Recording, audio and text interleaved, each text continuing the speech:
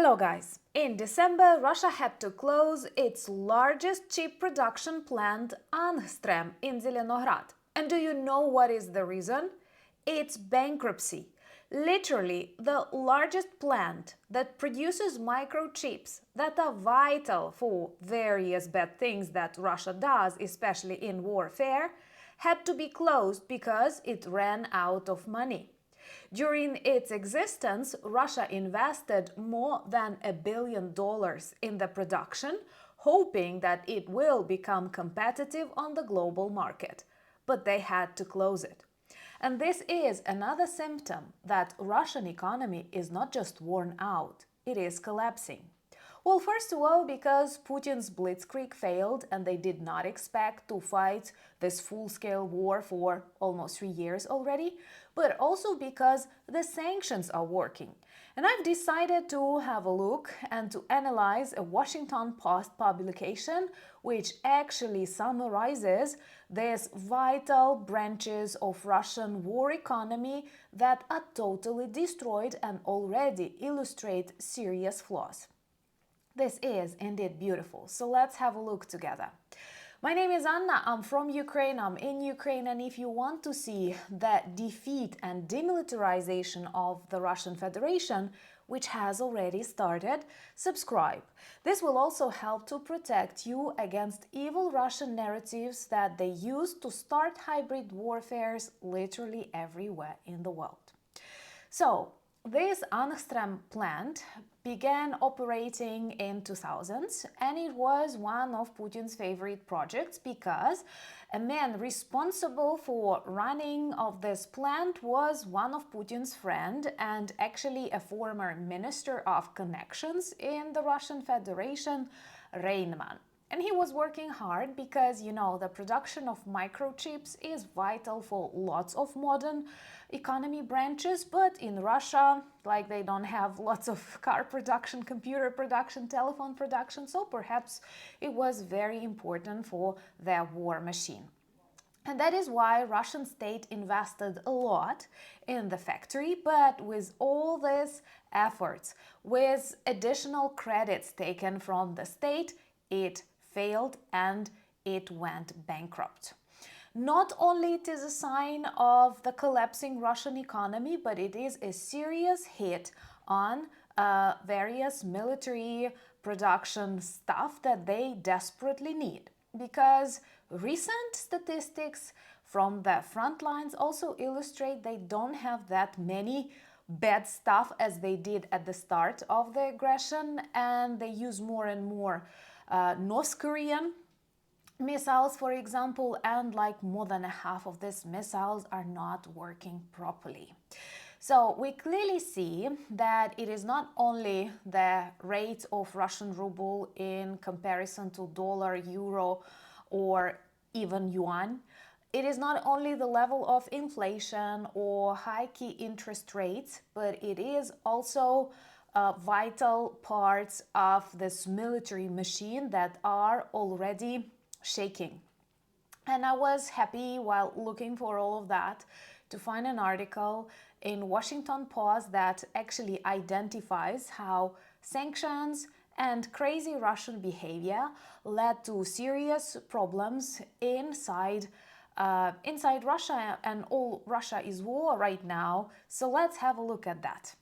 Well, first of all, we observe that the quality of their weapons, instruments of war, is dropping tremendously. A proof to that, we've got lots of vlogs where we discuss why Russia keeps bombing Russia.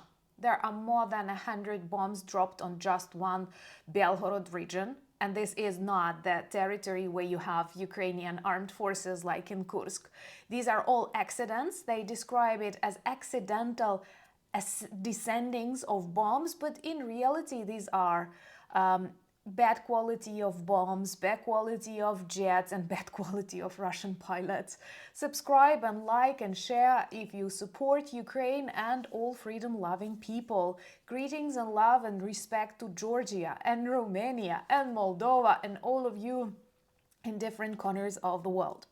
Also, we observe serious shortage of high-tech elements that are needed for Russian oil refining industry. And when Ukrainian drones keep destroying their oil refineries, sometimes they are not able to recreate some critical elements of that infrastructure simply because they cannot buy it in France, Germany, or elsewhere.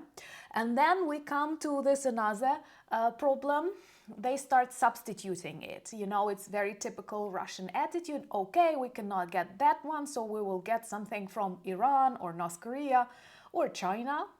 And the quality of these details and elements does not correspond to the needed quality for, let's say, a correct operation of a ship or an oil refinery, and it leads to failures of this super expensive technology. So, like, they try to substitute details and then they ruin all the system. I don't mind.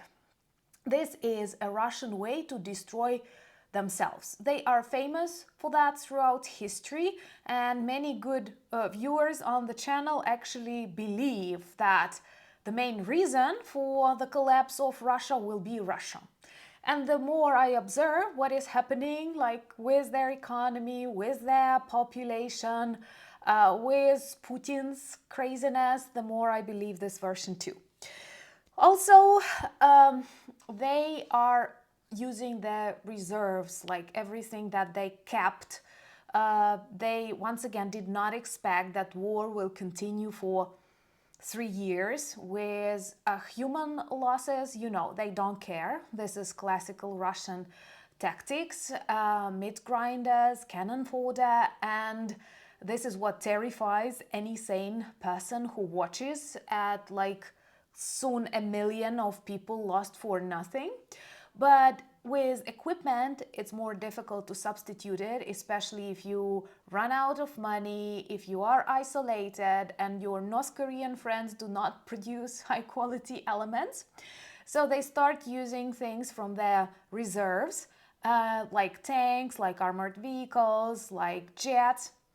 And they are already running out of that. And recently it was all over Twitter.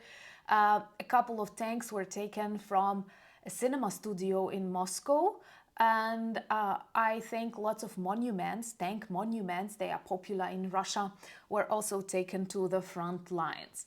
This is how desperate they are.